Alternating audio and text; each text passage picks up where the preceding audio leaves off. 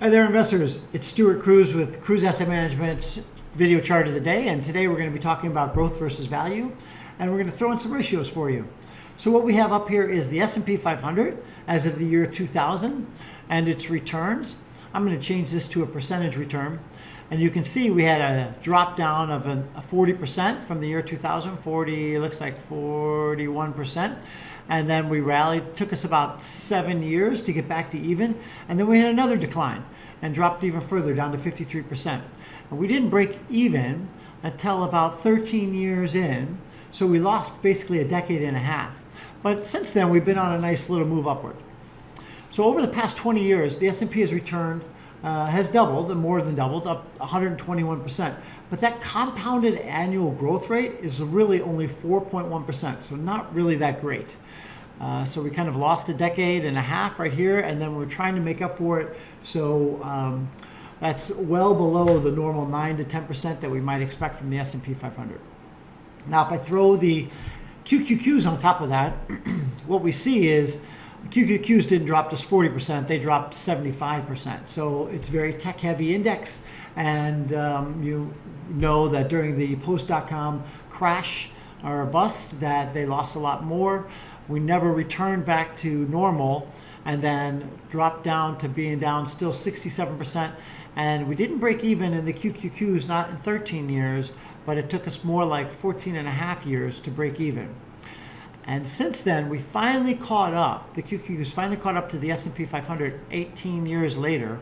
We did have this sell-off back in the end of 2018, and we had a recent sell-off here. But the Qs, or the tech-heavy index itself, fared a lot better than the S&P 500, as we all know. And since then, it's been on a tear. So to put that in perspective, we're up another 60% over the S&P 500. Now, that compounded annual growth rate is really only 5.5%, so certainly not out of line for this asset class, and it took us quite a long time for us to weather this storm. All right, but let me take a look at this. Here's the QQQ. It's another way to look at it. QQQs divided by the S&P 500, and what we see here is you had a peak during the dot-com bubble of a 0.819 ratio between the QQQs and the S&P 500.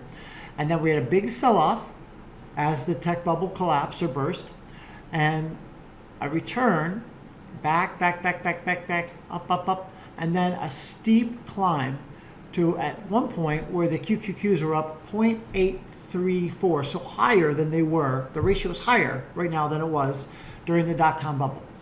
Now, you can see a run up here and a steep decline. And there's a pretty good run up here. Now, I'm not saying history necessarily repeats itself, but we all know it echoes. And so what you could see is another big sell-off. And what I think would be that catalyst is if you saw the interest rates move up.